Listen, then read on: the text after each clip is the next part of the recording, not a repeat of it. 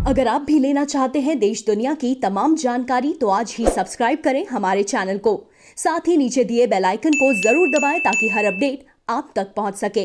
नमस्कार, प्रभा साक्षी के शंखध्वनि कार्यक्रम में आप सभी का स्वागत है। मैं आपके साथ अर्चना द्विवेदी। विभिन्नताओं से भरे हमारे देश में हर रिश्ते को सम्मान देने और उसकी कृतज्ञता को व्यक्त करने के लिए कोई न कोई त्योहार या फिर कोई न कोई अवसर निहित है। इन्हीं पर्वों में से एक गुरु पूर्णिमा का पर्व पूरे देश में धूमधाम के साथ मनाया जाता है। किसी भी बच्चे को जन्म भले ही उसके माँ बाप देते हैं, लेकिन उसको जीवन का सार और अर्थ और इस संसार के बारे में समझाने का कार्य गुरु करते हैं। भारतीय संस्कृति में गुरु को देवता के तुल्य माना गया है। गुरु को ही ब्रह्मा, विष्णु और महेश कहा गया है, क्योंकि जिस प्रकार से ये तीनों देव जीव का सृजन करते हैं, ठीक उसी प्रकार से गुरु अपने शिष्य का सृजन करते हैं। गुरु के प्रति आदर, सम्मान और अपनी कृतज्ञता व्यक्त करने के लिए आषाढ़ शुक्ल पूर्णिमा को गुरु पूर्णिमा का विशेष पर्व मनाया जाता है। इस बार वर्ष 2020 में यह गुरु पूर्णिमा 5 जुलाई को पड़ रही है। शास्त्रों में गु का अर्थ बताया गया है अंधकार और रु का अर्थ उसका निरोधक। गुरु को गुरु इसलिए कहा जाता है क्योंकि वह अंधकार को हटाकर प्रकाश की ओर ले जाते हैं। प्राचीन काल में शिष्य जब गुरु के आश्रम में निःशुल्क शिक्षा ग्रहण करते थे तो इसी दिन पूर्ण श्रद्धा के साथ अपने गुरु की पूजा का आयोजन करते थे। आइए अब जानते हैं कि क्यों मनाते हैं गुरु पूर्णिमा। भारतीय संस्कृति में गुरु को हमेशा से ही ब्रह्मा, विष्णु और महेश के समान तुल्य माना जाता है। वेद, उपनिषद और पुराणों का प्रणयन करने वाले वेद व्यास जी को समस्त मानव जाति का गुरु माना जाता है।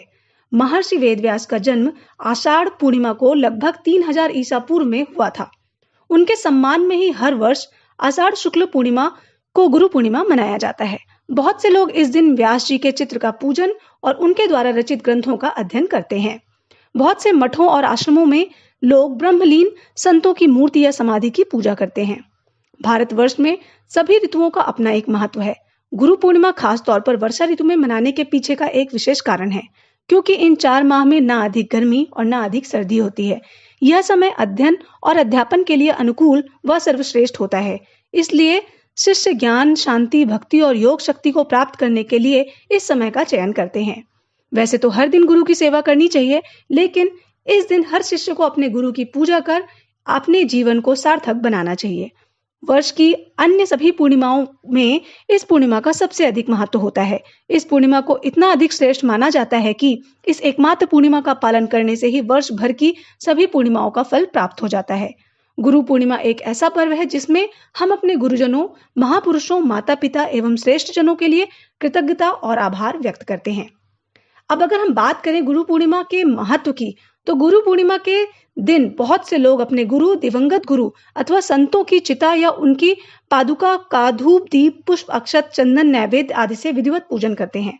गुरु को ब्रह्मा कहा जाता है क्योंकि वे जिस प्रकार से वह जीव का सृजन करते हैं, ठीक उसी प्रकार से गुरु शिष्य का सृजन करते हैं। हमारी आत्मा ईश्वर रूपी सत्य का साक्षात करने के लिए बेचैन है और ये साक्षात्कार गुरु के मिले बिना संभव नहीं है। इसलिए हर जन्म में वो गुरु की तलाश करती है। पुराणों के अनुसार भगवान शिव को ब्रह्मांड का सबसे पहला गुरु माना जाता है। शनि और परशुराम भगवान शिव के 2 शिष्य थे।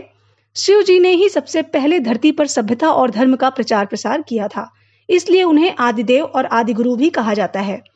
शिव को आदिनाथ भी कहा जाता है। आदि गुरु शिव ने शनि और परशुराम के साथ ही अन्य 7 लोगों को ज्ञान दिया और ये लोग ही आगे चलकर सप्तऋषि कहलाए और इन्होंने आगे चलकर शिव के ज्ञान को चारों तरफ फैलाया। चलिए अब जानते हैं गुरु पूर्णिमा पर किस विधि से पूजा करनी चाहिए। गुरु पूर्णिमा के दिन सुबह जल्दी उठकर दैनिक क्रिया से निवृत्त होकर स्नान कर लें। स्नान ध्यान करके भगवान विष्णु, शिव जी की पूजा करने के बाद गुरु बृहस्पति, महर्षि वेद व्यास की पूजा करें और इसके बाद अपने गुरु की पूजा करें। घर की उत्तर दिशा में सफेद वस्त्र पर गुरु का चित्र रखें। गुरु को फूलों की माला पहनाएं, मिठाई से भोग लगाएं और आरती उतारकर उनसे आशीर्वाद ग्रहण करें। ध्यान रहे कि सफेद या फिर पीले वस्त्र पहनकर गुरु पूर्णिमा की पूजा करें। उम्मीद है आपको वीडियो पसंद आया होगा। अगले सप्ताह फिर से मुलाकात होगी। तब तक के लिए धन्यवाद।